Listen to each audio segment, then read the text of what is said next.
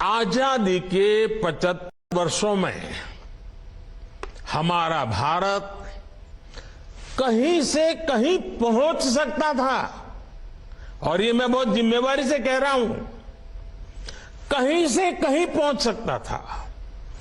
हम भारतीयों के सामर्थ्य में कभी कोई कमी नहीं रही है, लेकिन सामान्य भारतीय के इस सामर्थ्य के साथ हमेशा भ्रष्टाचारी और परिवारवादी पार्टियों ने अन्याय किया।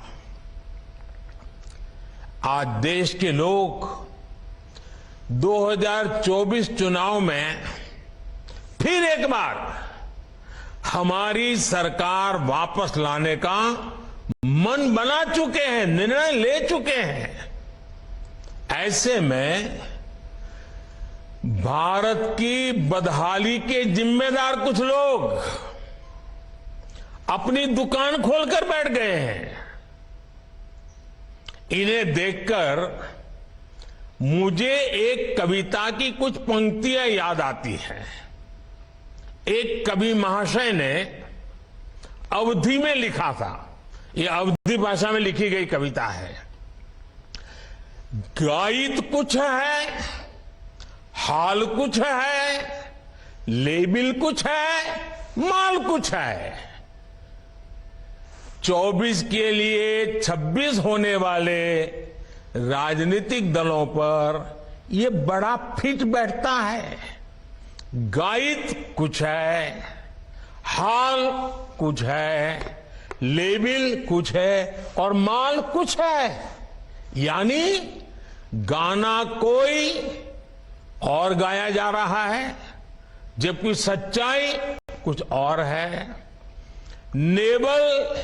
लेबल किसी और का लगाया गया है, जबकि प्रोडक्ट कुछ और ही है।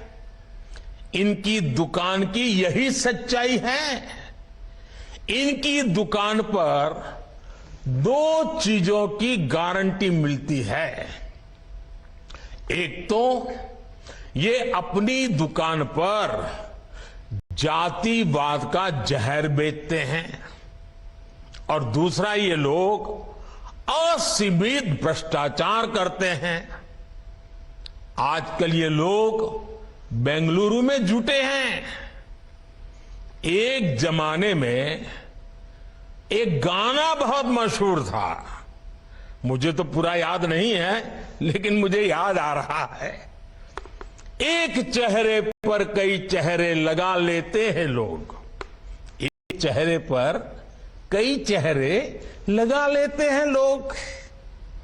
आप देखिए ये लोग कितने चेहरे लगाकर बैठे हैं।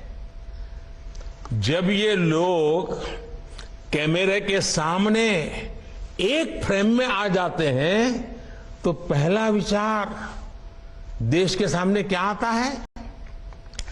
पहला विचार देश के लोगों के मन में यही आता है, पूरा फ्रेम देख करके देशवासी यही बोल उठता है, लाखों करोड़ों रुपए का भ्रष्टाचार।